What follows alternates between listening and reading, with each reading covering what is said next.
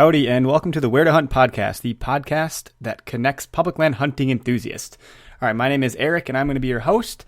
Today, we're talking about wage to hunt, a fixed or regular payment, typically paid on a daily or weekly basis, made by an employer to an employee, or especially to a manual and skilled worker. That's the definition. Though that said, the topic that I'm going to weave into that is leased hunting land. I've never done a hunting lease. I've never hunted leased land that I've paid for. I have hunted leased land. It's been a relatives of mine that they do lease on an annual basis. So, and actually had pretty decent luck, to be honest. So, really want to do this episode to try to spark some conversation and hopefully some insight to what goes into hunting a lease on either side, more on the side of the hunter. There's a couple different types of leases from what I've been seeing here. Now, again, I'm not an expert. I'm really looking for your feedback as a listener here to help highlight some of the things that you think are crucial to know, or things of that nature. So there's individual properties that will lease land as maybe a farmer who is simply trying to earn some more income on the side in addition to whatever he's earning as a farmer. As far as how you go about finding that, there's all sorts of ways. I guess you could knock on doors. I got a couple articles here that I've opened, so I'm just kind of bouncing around.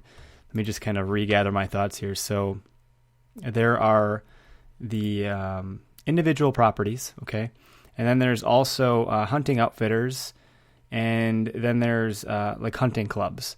So these are three of the biggest ways that seem to be accessible for lease hunting land. That's actually coming from Bass Pro Shops article, Hunting Lease 101. In addition to that, you could typically find out who has hunting leases available if you go to church, if you're at work, community events, hardware stores, sporting goods stores, talking to neighbors, relatives, that kind of stuff, just to try to spark conversation.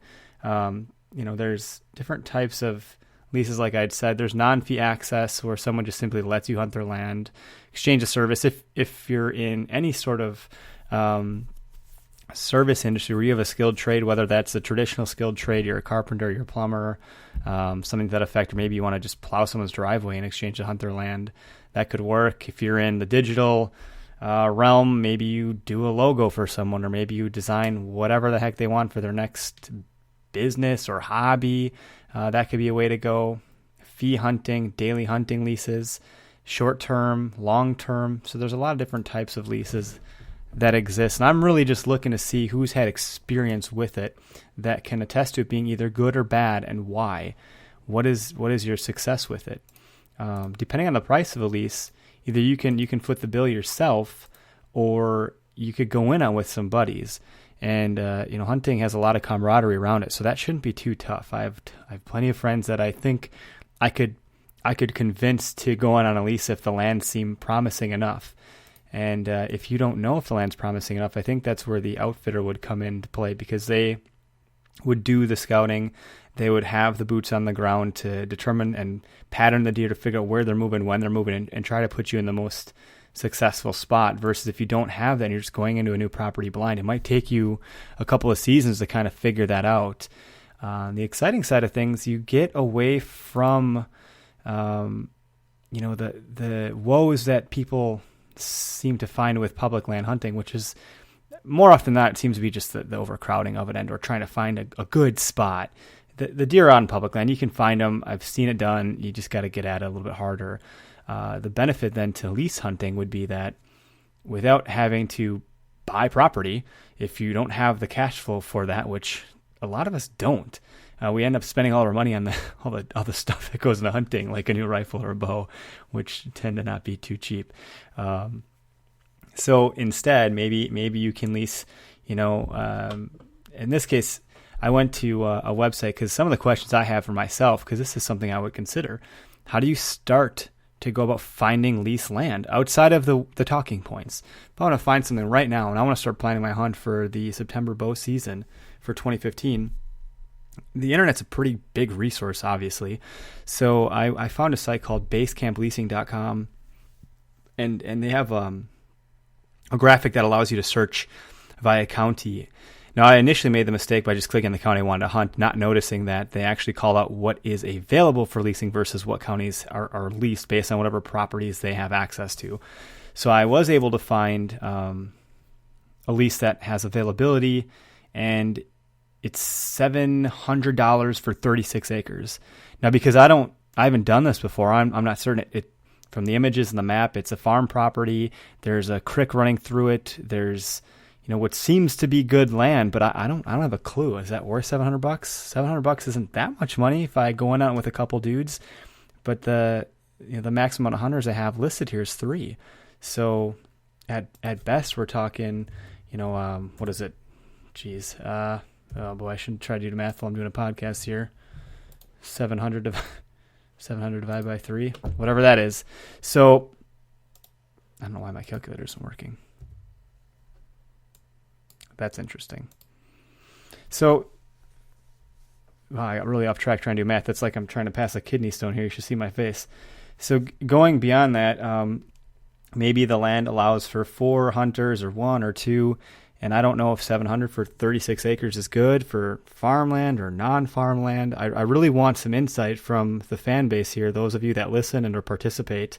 And just on a side, I busted out my other calculator here because that's going to drive me nuts. So $233 per hunter. I can't seem to think that that's too much money, but in addition to gas, hotel, processing fees, if you get a deer, all the stuff you buy ahead of time, and then if you get a mountable deer, something that's actually a trophy, the mounting fees. So it adds up. Maybe just budget for it. That's just one property though.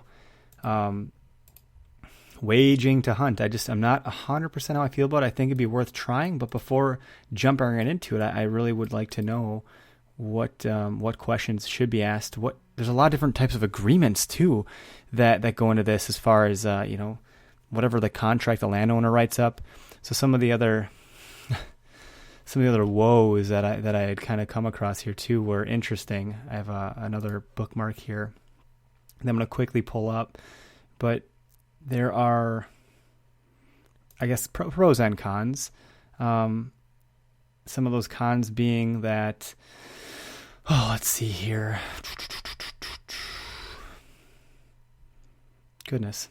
So here, I'll just read this article. This is a quote from a website, adventure.howstuffworks.com. The good, the bad, and the ugly about hunting leases. Well, hunting leases can provide a great source of supplemental income for landowners, so pro, and better opportunity to hunt for sportsmen, pro. There are some bads. On the good side, hunting on private land can harmonize with smart forestry and agricultural practices and keep wildlife populations within sustainable levels. It can also increase the quality of hunting experiences, But matters don't always go so well, which is one of the reasons experts recommend landowners request references from hunters before they enter into a lease. So from the landowner's perspective, which I don't care about as much at the moment, sportsmen can overhunt the fauna, which is an interesting word, or damage the flora. So they can appear on the property unwanted times. They can cause complaints from neighbors, and everything from litter to liability issues can crop up during hunting leases. On the other side, property owners, too, can fail to honor an agreement, so careful consideration should be taken by both parties, obviously. But if you haven't done it before, you might not consider some of these things, which is why I want to talk about it. Oddly enough, this relates a little bit. I used Uber last Friday night to get to a bar for a friend's party. I didn't want to deal with the whole driving thing, and I wanted to throw a couple back. And the interesting thing with Uber that I learned is that as a consumer, as a passenger in that car, the driver rates you.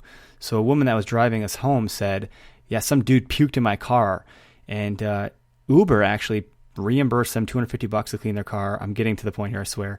And what happened is the driver rated them poorly.